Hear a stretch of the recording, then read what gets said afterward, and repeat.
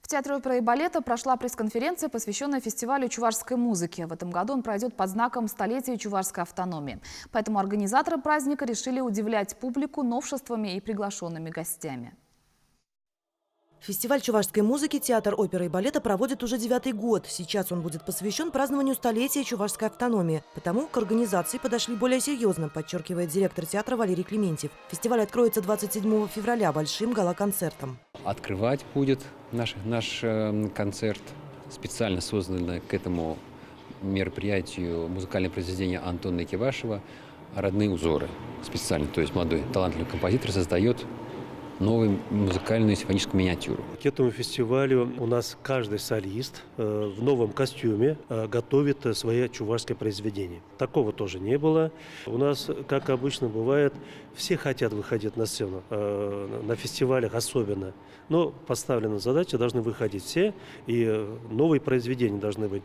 Также приглашенные гости будут, и в том числе будет народная артистка Чувашской республики Августа Уляндина со своей группой. Приедут солисты из Москвы, Екатеринбурга и Саратова. Это уроженцы нашей республики, которые сейчас блистают на различных сценах страны и мира. Конечно, они тоже будут петь песни и арии из произведений чувашских композиторов на родном языке. Константин Москалев и Сергей Кузнецов, ребята, которые блистали на нашей сцене и были любимцами публики, они сегодня являются солистами ансамбля Александрова.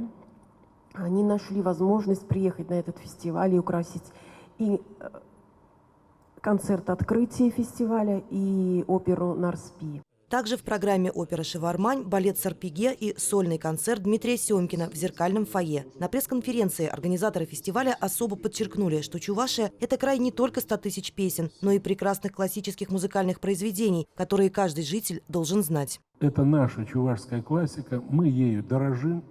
И нам хочется, надеюсь, так сказать, вот эту нашу убежденность передать вам и зрителям, чтобы все пришли и получили наслаждение. Кстати, впервые фестиваль чувашской музыки пройдет не только в стенах театра. Артисты и приглашенные солисты посетят с концертами Ядрин, Новочебоксарск и Канаш. Ирина Ромадова, Игорь Ульянов. Вести Чебоксары.